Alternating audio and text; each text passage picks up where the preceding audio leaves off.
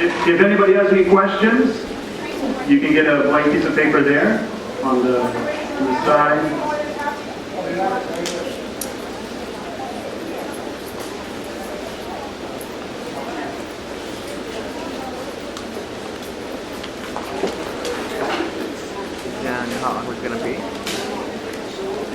Good afternoon, everyone. Thank you for being here. I'm Vera Padilla, and I'm excited that this is the first candidate forum that is going to be going around till March. We're going to have an opportunity today to meet the candidates. And like I said, this is an exciting time. Can you believe it? 7 people running for LAUSD District 2. Yay! Woo! So it's exciting, and it's going to be a challenging election time. I'm happy to be here. I'm just a little not too happy that not too many people are out here. But I was talking to one of the students from Lincoln High School, and he says, Miss Padilla, don't forget, a lot of the parents are working 2 jobs right now. So, sorry, they're working. So I'm happy with what's here today. I hope that you can take the message to your community, your families. Let them know about the next candidate forum. It is on your program. And hopefully it starts to build up and we get more people out here. So thank you. At this time, I'd like to introduce one of my favorite persons in Lincoln Heights, John Menchaca, who's the CEO of ELADCA. John?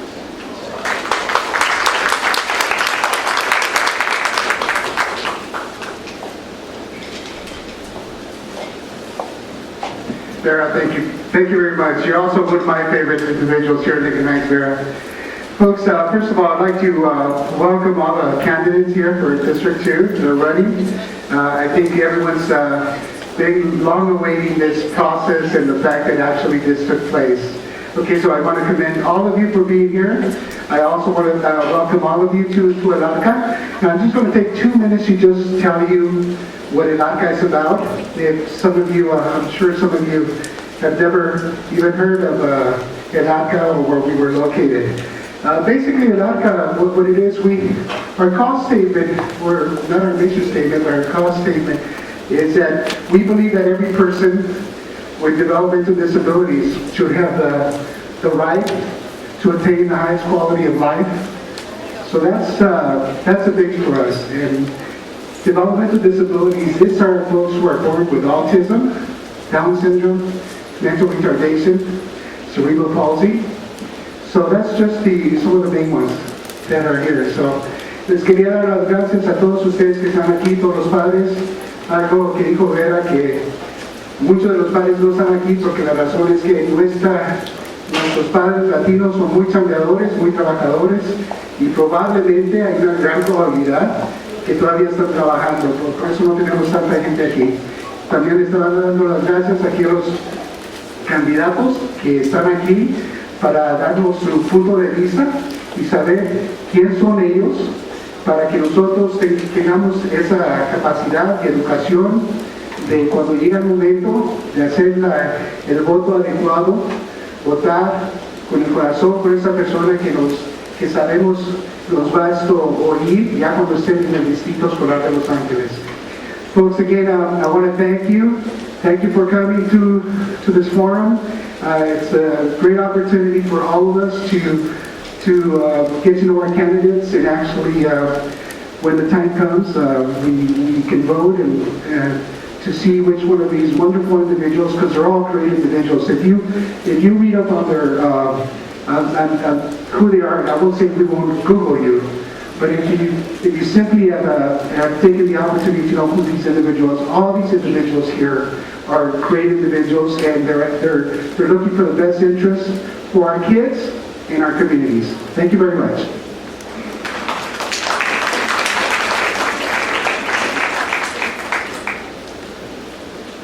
Good evening. So we finally got this working. When I get up here, you don't have to be afraid of the crazy noise from the microphone. So we're very excited about this. This is our first forum, candidate forum, and so happy to have all the candidates here. And well, at least 6 of the 7 have come. We worked really hard to bring this first event, and I'm very excited to have it. Very grateful to El Arca for the opportunity to have it here. And so we look forward to hearing from the candidates and also hearing from you. So if you do have a question that you'd like to ask the candidates, make sure to get one of these cards. I've already got a few of them filled out. So if you have a question, we'll make sure to pass these around again and make sure to collect them from you as well. So feel free to do that. And I'll go ahead and introduce, or just go ahead and let Jose Lara, who's a social justice educator, to come up next to say a few words.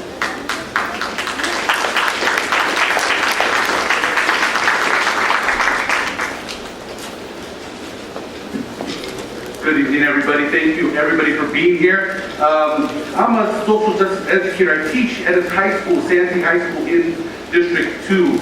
And I also have my students in my son in District 2 schools. I lived a long time in Boyle Heights, and my son got his elementary school education at First Street Elementary School, which is right by Soto and First Street.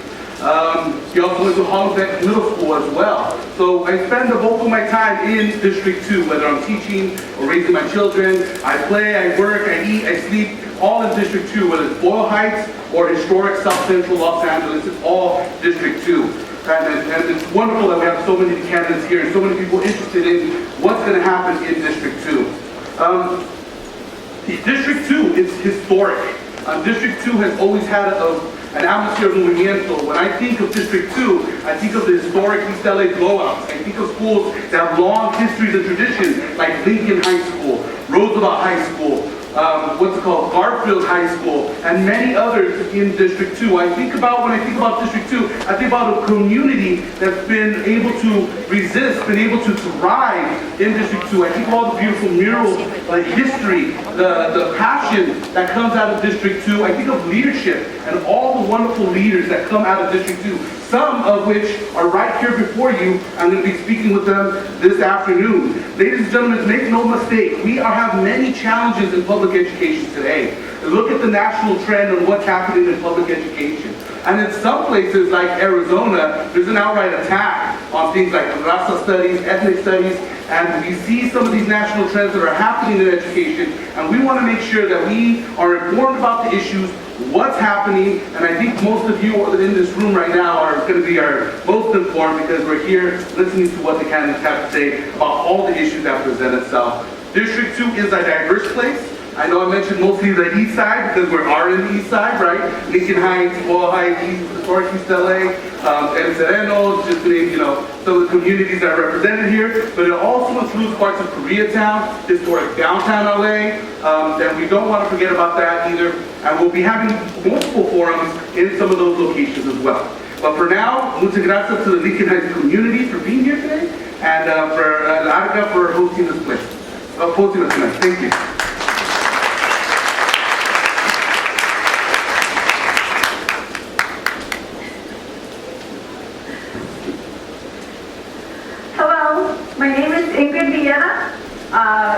Community organizer, teacher, and also a union activist. I'll be moderating the event tonight.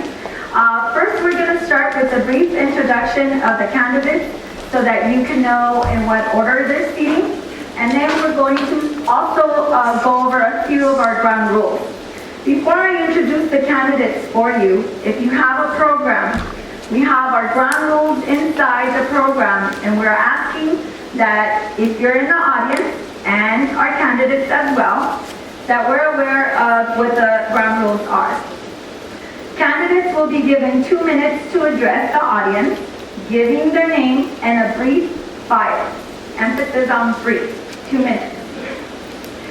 Questions will be directed at candidates specifically and in rotation.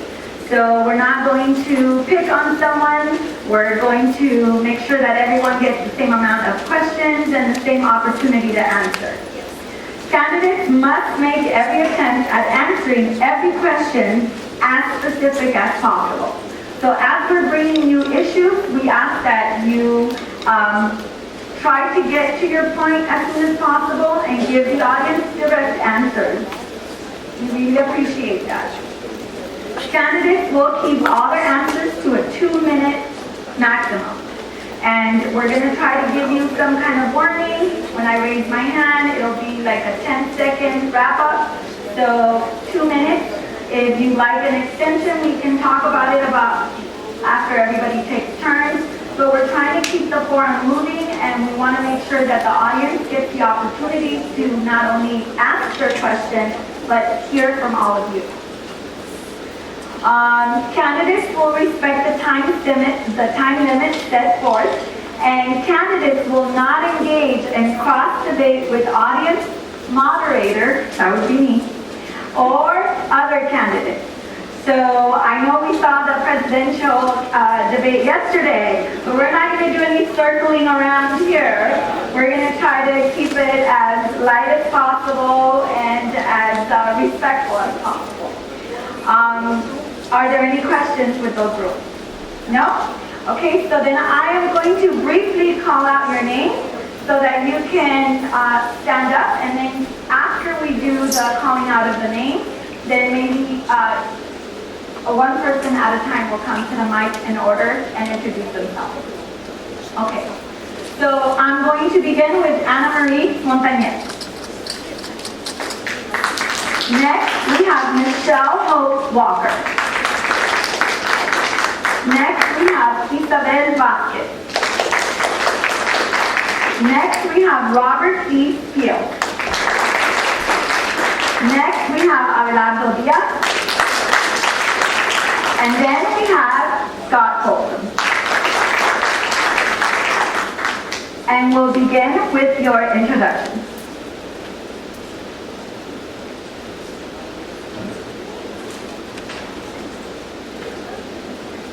Well, thank you. I'd like to thank you for that introduction. First of all, I'd like to thank the Neighborhood Coalition for setting up this forum. I'd like to thank my fellow candidates here for showing up this evening. And more importantly, I'd like to thank the community for coming out tonight so that you can meet us and we can share our views about the important educational issues that we have before us in District 2. Again, my name is Ana Marie Montañez, and I'd like to give you a little background. Several months ago, some of my adult school students came to me asking for some help. The budget had come out from LA Unified that called for a full elimination of adult ed. They wanted to know what they could do to help save their programs and save their schools. We did some research and found other groups of like-minded teachers and students who we developed a coalition with. We went and we met with different elected officials who garnered support for our cause and gave us ideas on what to do. However, we also met with the office of our school board president, who did not have the time to meet with our students, which left them disheartened and very upset, thinking that their views and their ideas were not important. It was at that point that I personally realized, looking at the disappointment in my students' eyes, that I needed to be a part of the solution to the problems and the challenges that face LA Unified. I know I have the education. I have a bachelor's from USC. I have a master's in education, and I am currently finishing the final stages of my doctorate degree in education as well. But more importantly, I have worked in the community for over 20 years. I've worked at local schools, I've worked with parents, I've worked with students, and I know the challenges and the important issues that are facing our students. I pride myself in being an advocate, of teaching my students to be advocates for themselves, and I couldn't wholeheartedly go forward without being an advocate for them, which is why I stand before you as a candidate for District 2 for LEUC School Board, and I respectfully ask for your support. Thank you.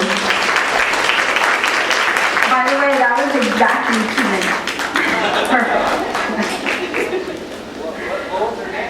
All right, I'm gonna try to do that, but y'all know I'm a talker, so. Name of candidate.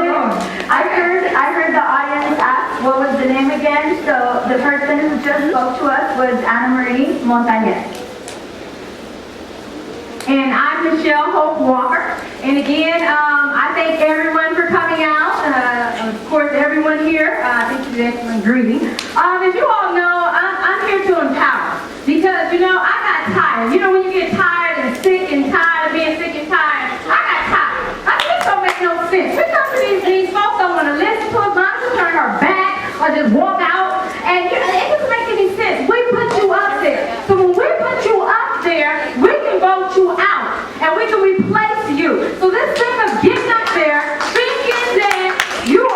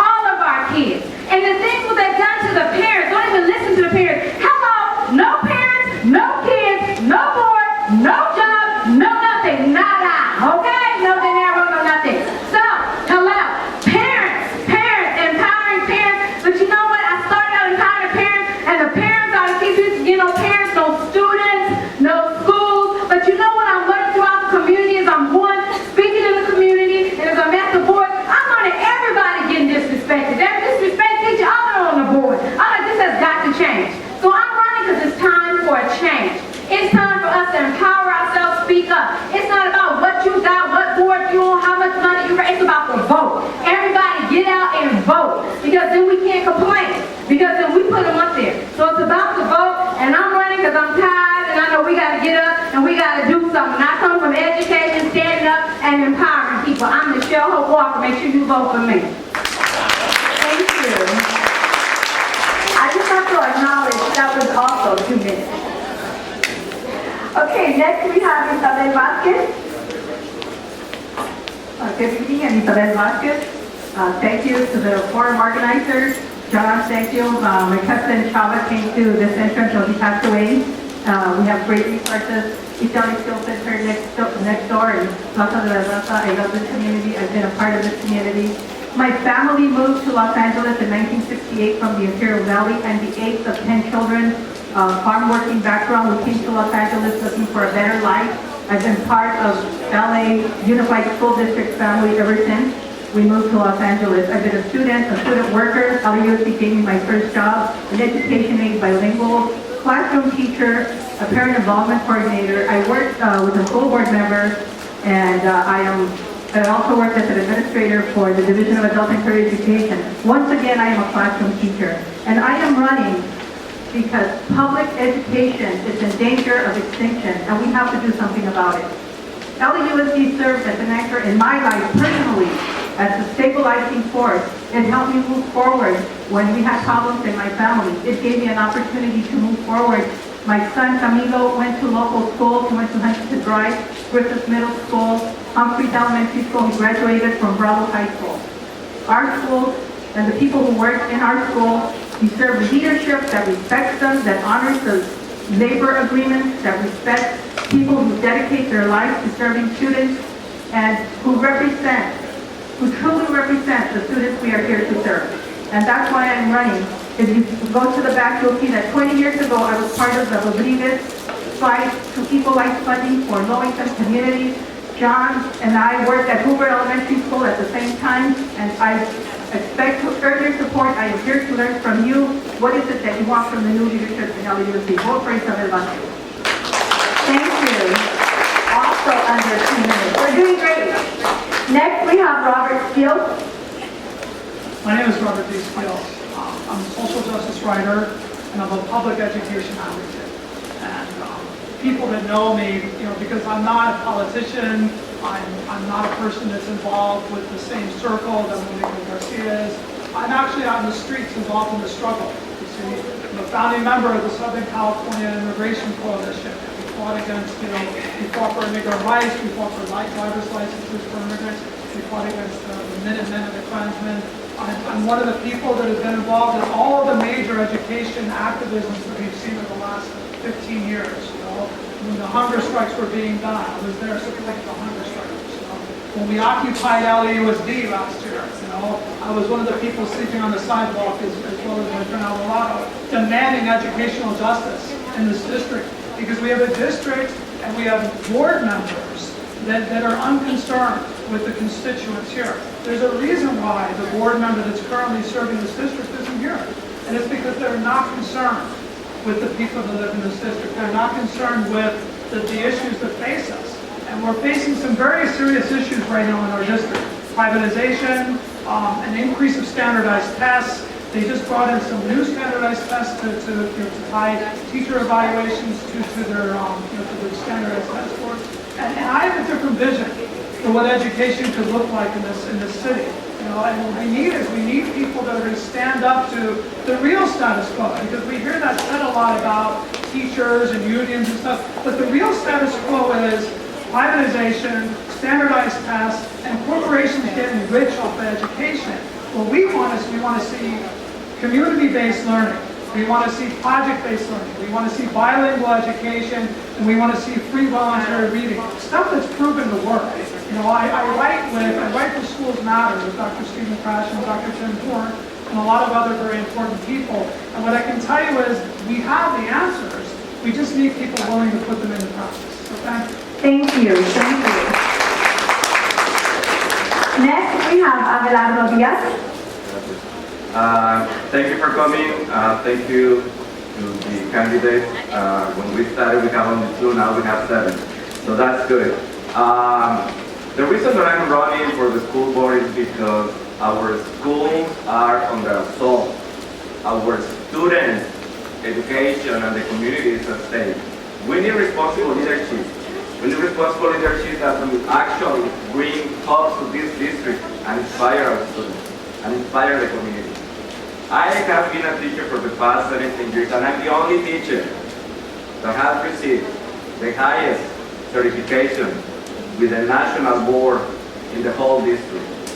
For the past 25 years of the history of the LEU board, not a single candidate has gone through that.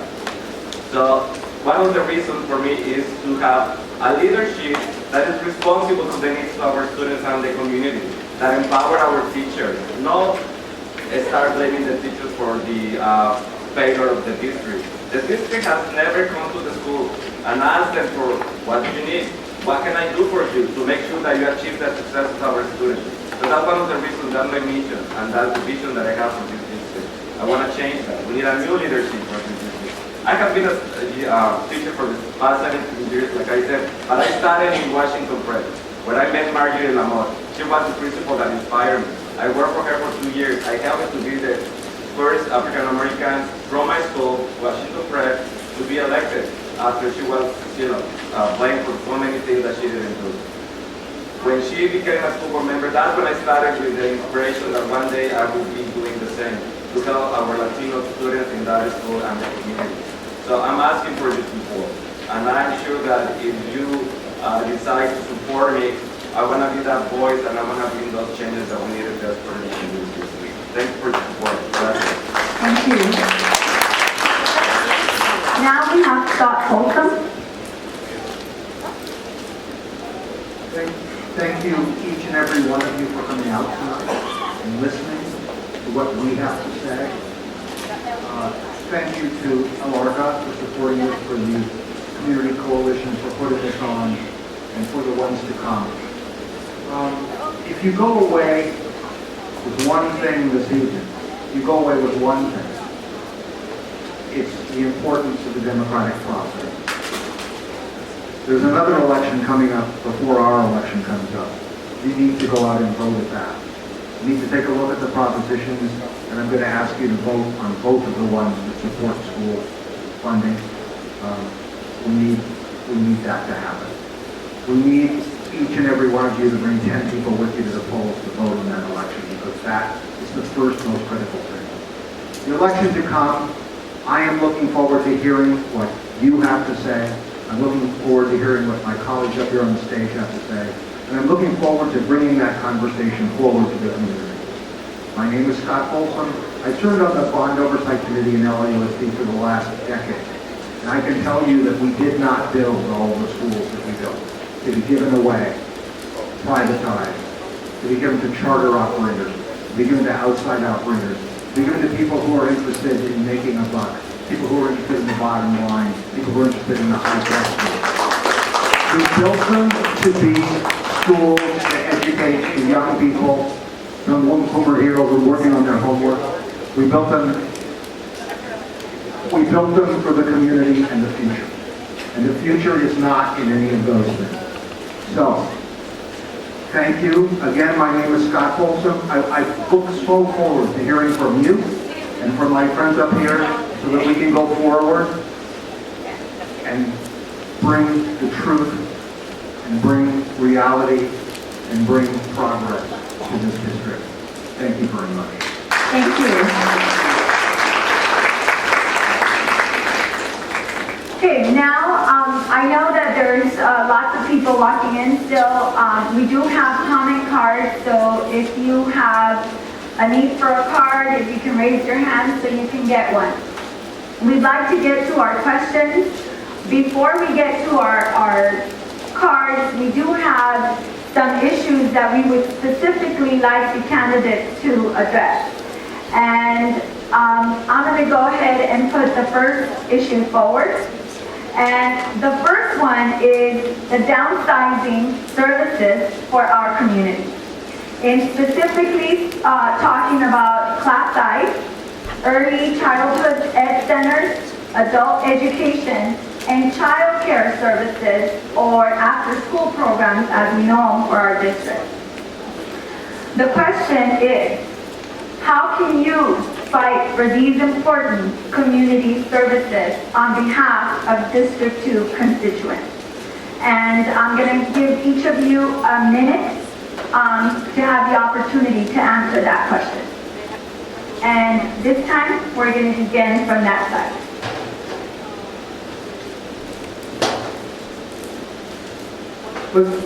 We need to be really brutally honest here. What we're engaged in right now in this school district is a food fight, a fight over money when there is no money. So, what we need to do is set priorities. This district makes great plans, it doesn't set priorities well at all. We need to decide what the important things are, and I say they are early childhood ed.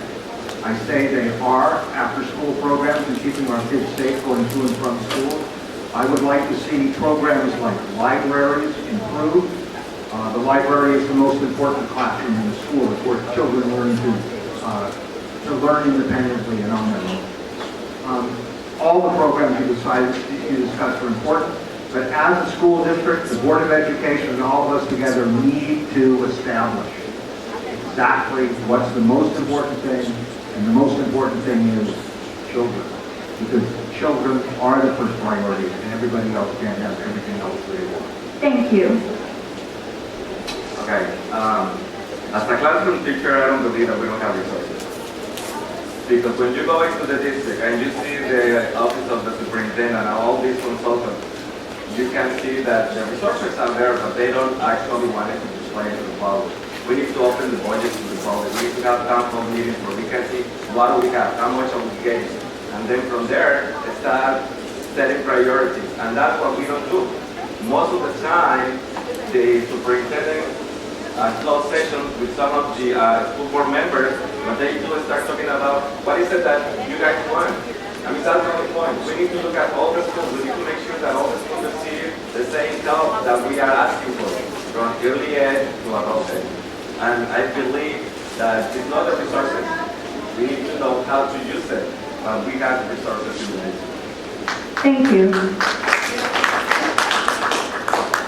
It's an interesting question, Ingrid, and it's funny because it's not what I've been doing, it's what I've been fighting against these budget cuts for years now.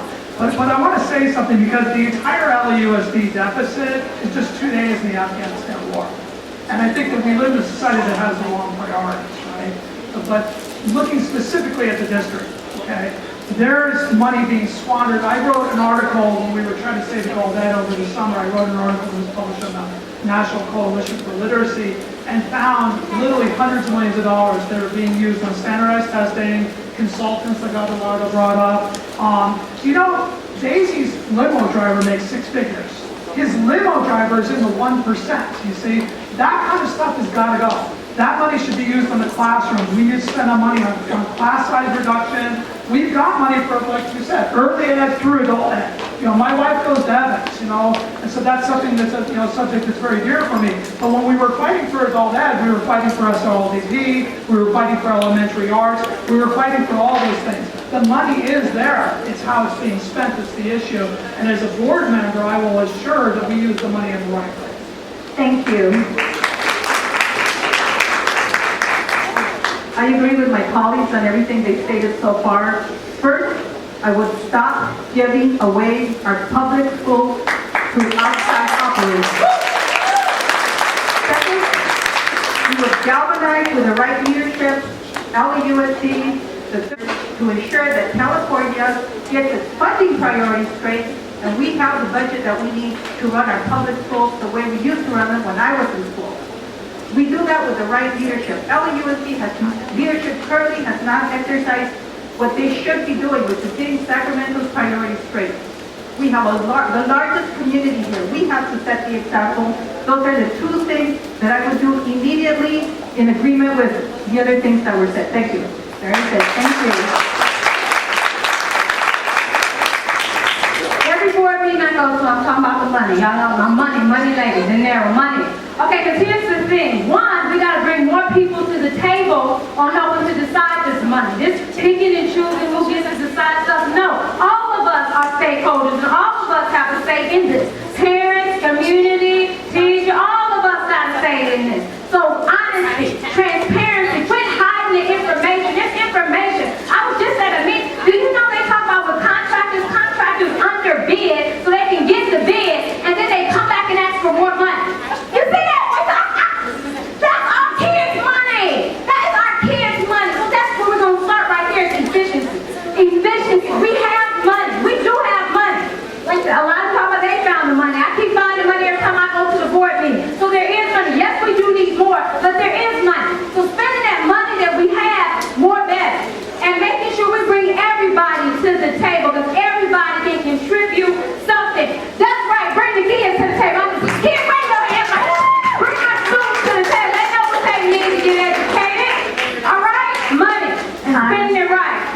you. I'm going to remind you briefly to please adhere to the time limit. We want to be fair to everybody that has the mic. Thank you. I agree with my fellow colleagues here, and I think a big problem is the transparency of the budget process. It is the collaboration. We're not bringing everyone to the table. We're not discussing with the different stakeholders what is really needed in the district and in their respective schools. I think that, and knowing Adult Ed very well, it was 1% of the budget.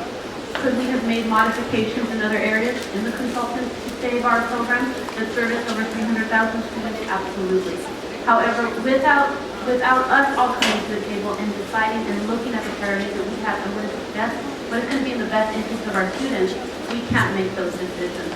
It's not 1 people, 2 people, or 7 people who know everything. We all have to come together and have a crucial conversation so that we can see what is truly valuable to our district. Thank you. For the next question, I'm going to ask that you do not stand, but only pass the mic down to the next person in the interest of time and to get more questions to you. And this is a 2-part question. You answered the second part already, but the first part I think needs to be specifically spoken about. So I'm not giving you a time limit, but what I'm asking you for is to give the audience a brief statement. What are your feelings about charter schools? So just a 1-sentence statement about what your feelings are about charter schools. Just 1 sentence. Be creative.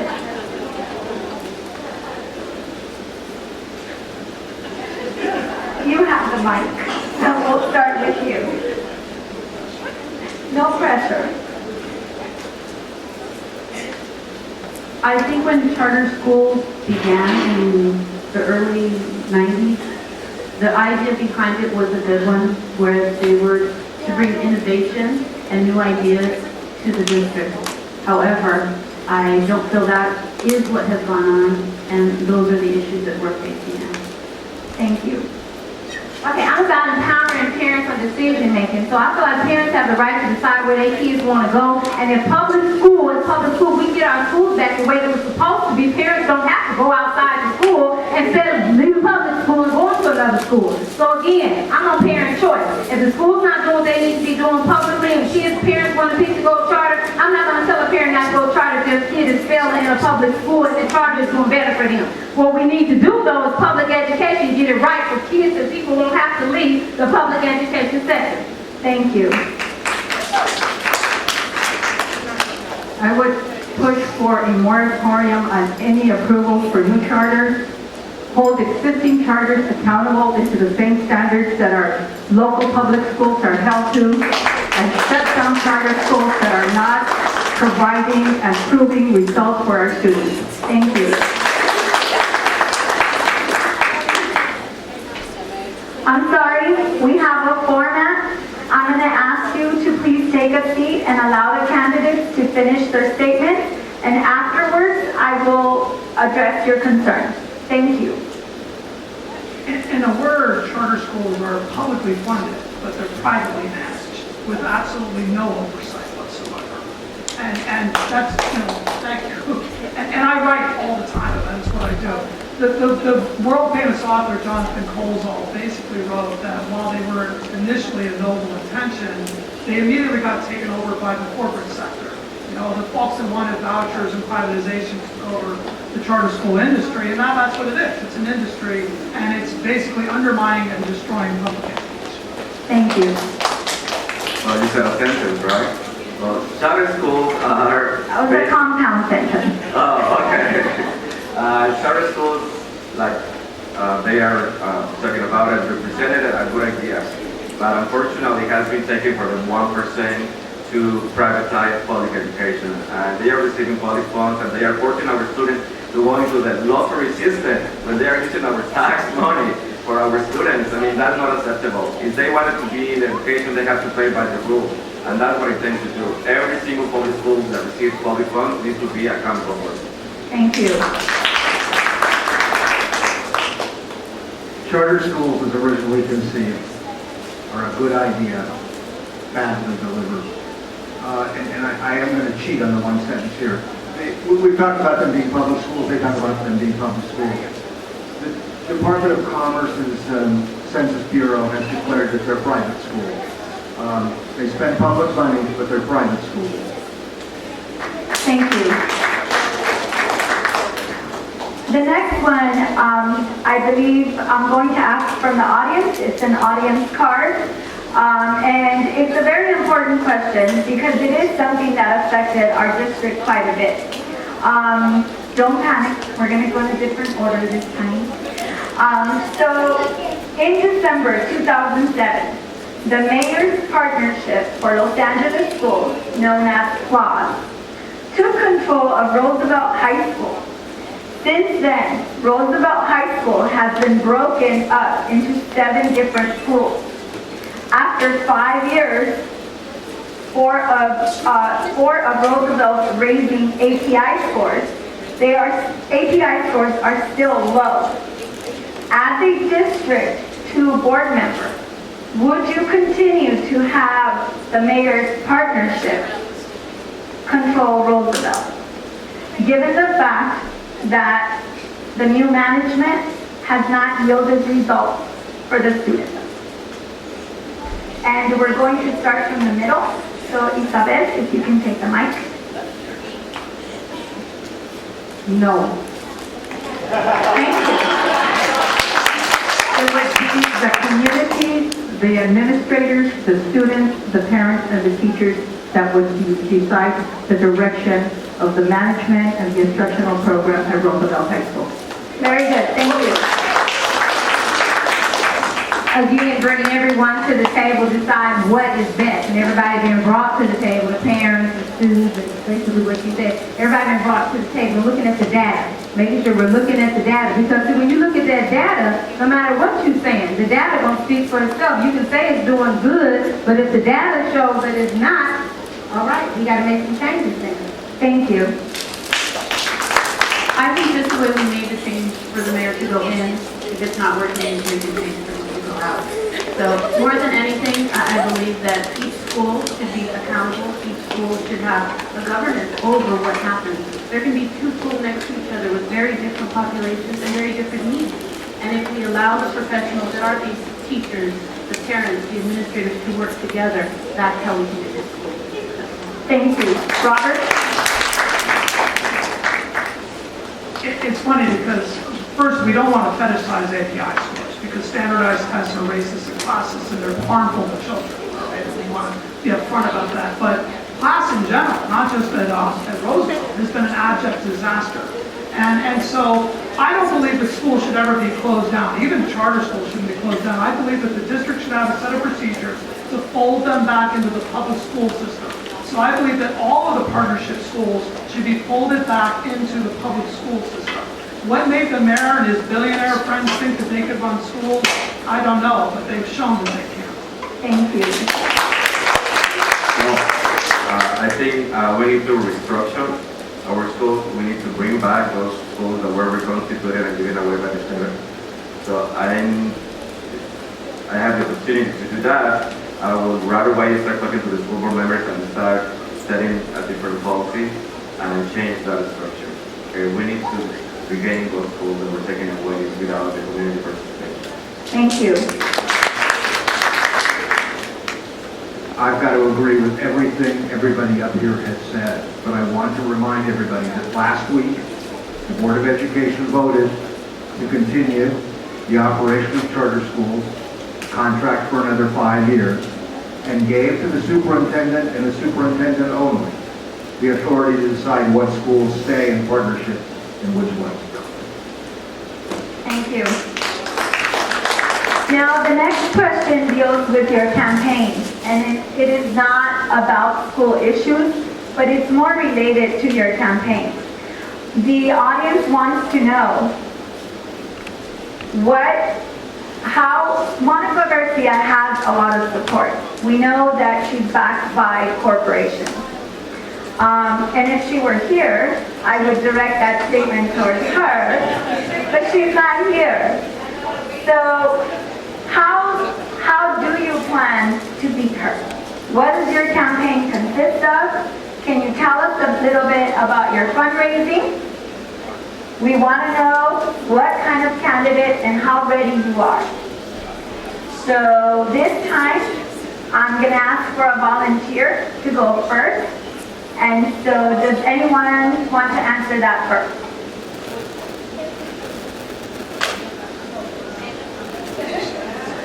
Well, I can tell you right now, I know we're going up, against big money machine. I'm from Chicago area, so I know what money can do, and I know how the machine can work. But here's my thing, is that I'm gonna tell you right off, yes, I need help. People, money, we need everything, but it's not just about me. It's not just about neither one of us that's up here.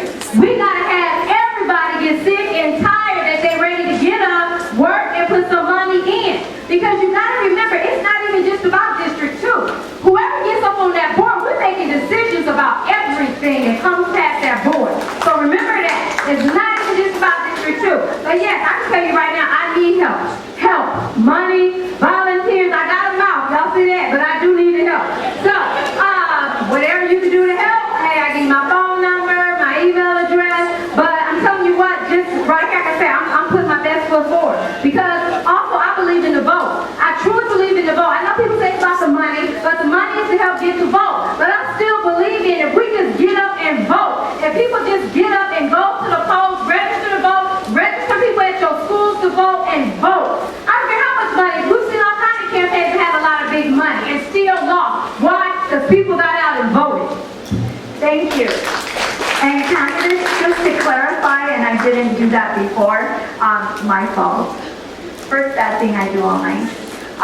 You do have